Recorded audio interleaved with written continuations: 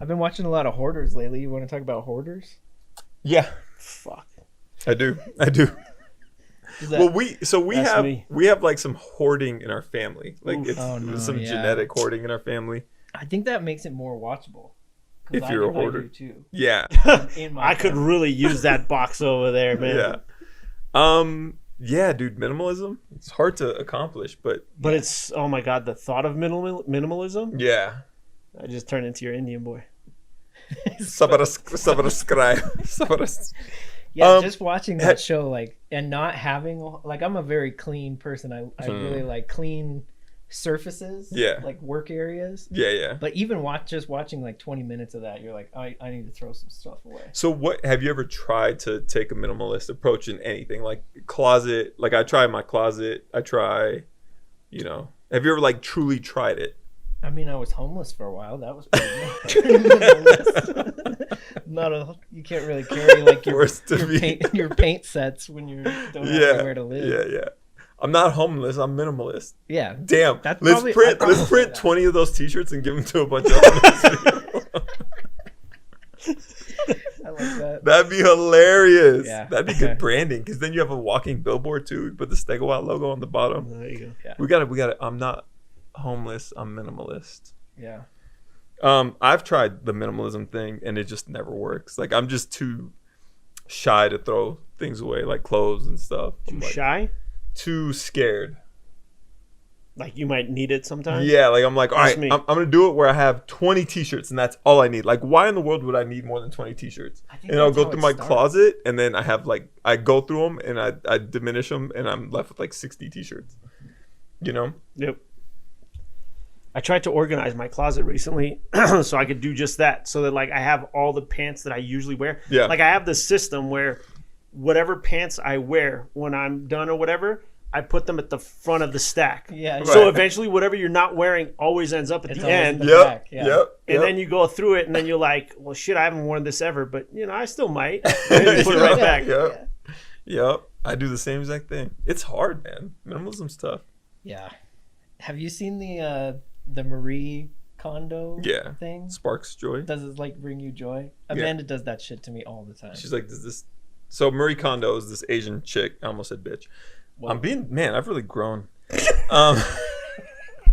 Yeah.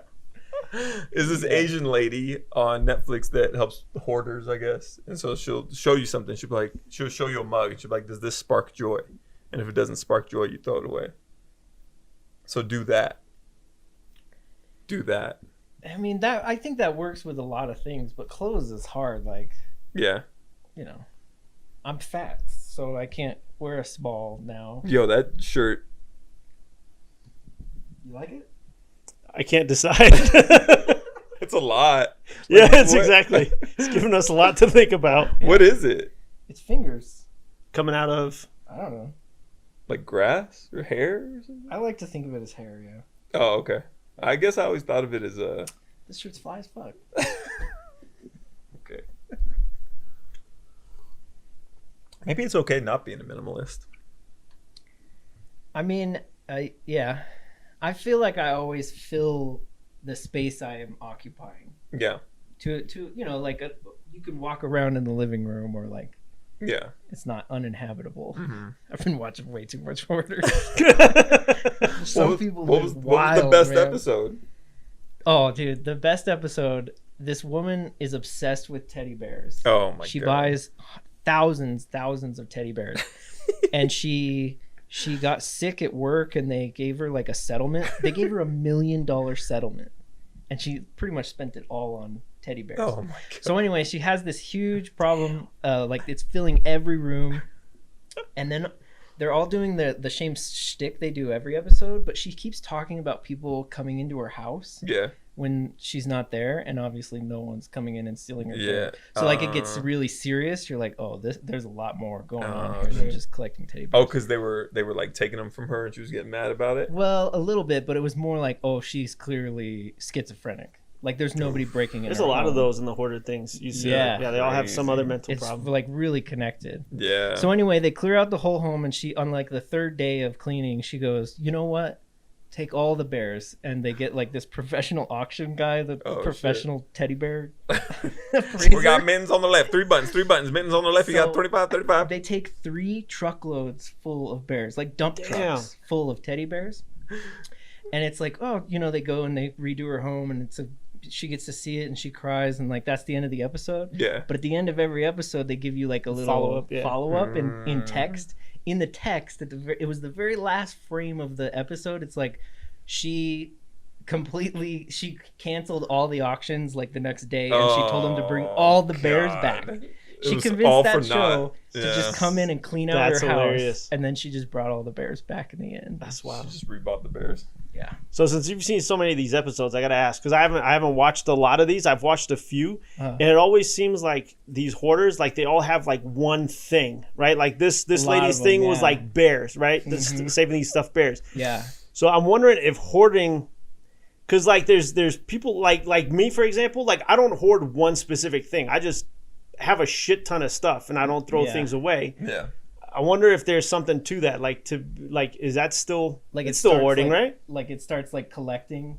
Like and then there's like this, like usually what you see in them is like, you know, like they won't throw away old cans or like old bottles or something like that, right? It's some weird shit like that. You're talking about like the psychology of it. But that's the thing is like most of these, like they start out like this is a terrible home, then you find out some underlying problem that they've got.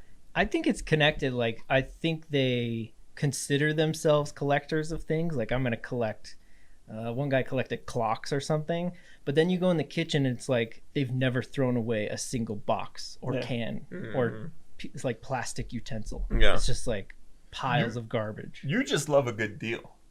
Like it doesn't matter what it is. If it's like your mom. I got your mom syndrome. Yeah, like if you find something you don't need at all, I don't know. That's why I just bought the banana peeler. You don't even eat bananas. No, I'm trying to think of. You know what I got? I bought one of those kitchen mixers, those KitchenAid, whatever things. But you're using it. I've used it twice. Yeah. And I bought it like 3 years ago. Yeah. But it's just like that's like one of those things like when you need it. Yeah. But you know how often nothing else really compares. Yeah. It's also like this is a whole country based around Hold consumers. on, I want to know what else you've bought. What else have you bought? Let me think. You guys talk. I got to think about the stupid stuff that I've bought. You know what I bought? Actually, here's a stupid thing. I bet you he's got so much more than he thinks. This is when I was a teenager. This is one of those stupid teenager things we were talking earlier about, like wasting money as kids. Yeah. When I was like 17, 18, I bought like 2 Rockford subs. These things were like insane. I spent like $1,000 on these 2 subs. Oh, yeah. 12 inch? Yeah, 2 12s.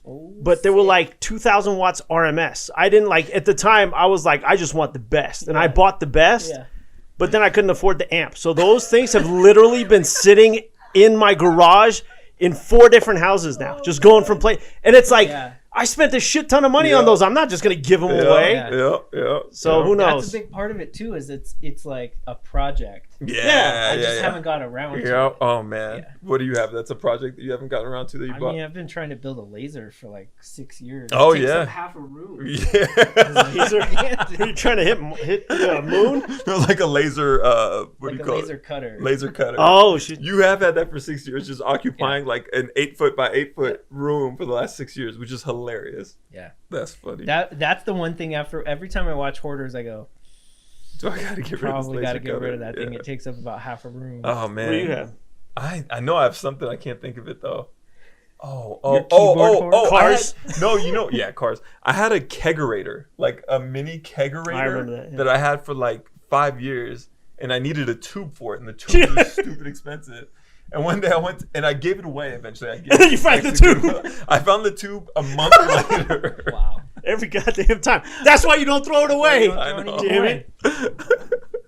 That pissed me off, man. Do you remember there was a company back in the day, like around the Schwann truck days, where they would come door to door and like sell you frozen goods? Milk? No, I don't remember. Where the fuck did you grow up, old? No, they did that. Any city, in the USA. burbs. Well, there was another company called Pampered Chef, and they sold kitchen gadgets, but it's like single use. Like it cuts an apple into 6 slices. Yeah. And that's all it does. It sits in your drawer. I'm like, that's where I'm zen. Like the kitchen is where I'm zen because I have my chef's knife and that's it. Like, because you could do anything with the knife. You do don't a need the lot, apple cutter. You don't need the avocado peeler cutter thing. You don't need a banana slicer. Yeah. Use your knife. You can use it for everything. It takes up this much space. Yeah. Rest in peace, Anthony Bourdain. He's the one that told me to get one chef's knife, and that's all I need. Wow. Moment of silence. R.I.P. Kitchen Confidential, underrated book. I read. You want to plug Audible? All right, that takes us to our sponsor.